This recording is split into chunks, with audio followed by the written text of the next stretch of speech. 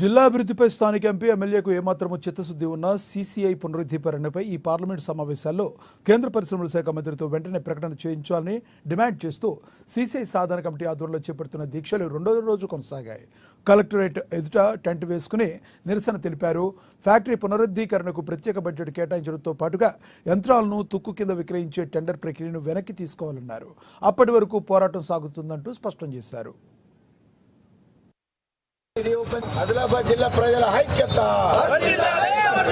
కేంద్రంలో బీజేపీ ప్రభుత్వం ఉన్నది.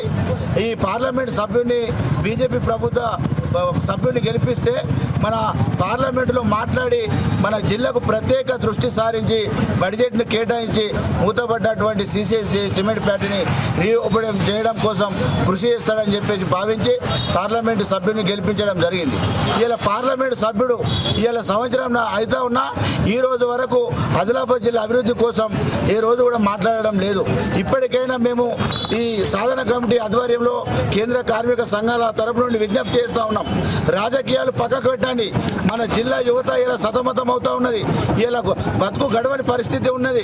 ఇలా అక్కడ భూ నిర్వసితులు కూడా అప్పుడున్న 2-3 వేలకే ఆదిలాబాద్ జిల్లా అభివృద్ధి అవుతుంది, సీసీఐ మంచిగా నడుస్తుంది అని చెప్పేసి తక్కువ ధరలకే భూములు ఇవ్వడం జరిగింది. కాబట్టి వాళ్ళకు ఉద్యోగాలు ఇస్తామన్నారు, అలా ఉద్యోగాలు వీకేసిళ్ళు.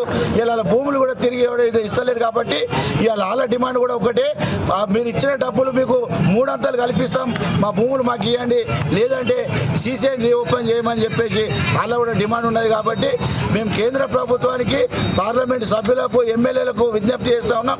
రాజకీయాలను పక్కకు పెట్టి మన జిల్లా అభివృద్ధి కోసం కృషి చేయాలని డిమాండ్ చేస్తూ ఉన్నాం. మూతపడ్డటువంటి సీసీఐని రీఓపెన్ చేయడం కోసం పార్లమెంట్లో మాట్లాడి ప్రత్యేక బడ్జెట్ను పెట్టించే విధంగా మీరు మాట్లాడాలని చెప్పేసి డిమాండ్ చేస్తూ ఉన్నాం. లేని పక్షంలో పెద్ద ఎత్తున పోరాటాలు తప్పవని హెచ్చరిక జారీ చేస్తూ ఉన్నాం.